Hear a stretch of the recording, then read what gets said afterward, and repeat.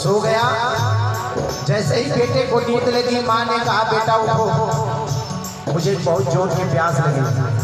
बेटा उठा गया, एक गिलास पानी लाया, माँ ने आधा पिया, आधा पानी बिस्तर पे गिरा दिया। कहा मारे ये क्या कर रही हो? कह रहा है माँ करे कर्जा उतारना है तो बर्दाश्त करना पड़ेगा, एक रात की तो बात है, क्या करना है। फिर बेटे को नींद लगी, फिर माँ ने जगाया, फिर पानी मंगाया, आधा गिलास पी, फिर आधा गिलास बिस्तर पे गिरा दिया। पूरा बिस्तर गीला हो गया करते करते। अब कहीं सूखा जगह नहीं बचा, बेटा जाकर माँ के चरणों में गिर जाता है। कहा माँ मैं तो मलमूत्र त्यागता था, अपनी गंदगी छोड़ता था, उस जगह पे तुम सोती थी और मुझे सूखे में सिला के अपने आंचल में सुला कर मुझे इस लायक बनाया। और आज जब तुम्हें भी पालने का समय आया, तुम्हारी सेवा करने का समय आया, तो आज मैं मुख मोड़ लिया। माँ कितनी रात जगी। बेटे के लिए जिसके पास संतान नहीं है उससे पूछिए, ये संतान के लिए लोग मंदिर जाते हैं, मस्जिद जाते हैं, गुरुद्वारा जाते हैं, मजार पे जाते हैं, कोई सोखा बताता है, वो काम करते हैं कि एक बेटा मिल जाए, और वो बेटा मिल गया और इस तरह का व्यवहार कर दिया उस माँ से, तो सोचिए क्या बीतेगी उस माँ को।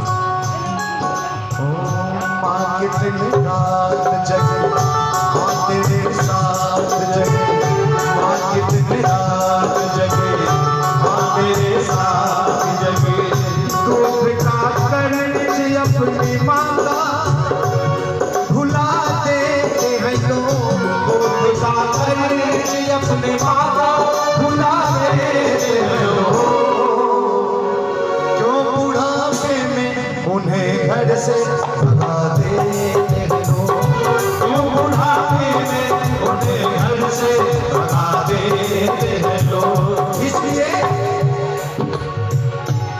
कि भैया एक सच्ची घटना बता रहा हूँ जो मेरे साथ गुजरी। उस घटना का आज के 4 साल नहीं 6 साल पहले रामनवमी का, चैत रामनवमी के अष्टमी का दिन मेरी माता जी उपवास रखी थी। अब वो गोलोकवासी हो चुकी थी, उपवास रखी थी। उन्होंने कहा कि बेटा लाइल पर मंदिर पे जा रहे हो तो कुछ फल लेके चले आ जाए। मैंने कहा ठीक है, गया दर्शन किया, लेकिन जैसा फल चाहिए वैसा नहीं मिला। घर वापस आ गया, कहा कभी मार्केट जाऊंगा तो लेके आऊंगा। एक मास्टर साहब आए, कहे चलिए थावे मंदिर चला जाए। मैंने कहा चलिए वहीं से लेके चले आए।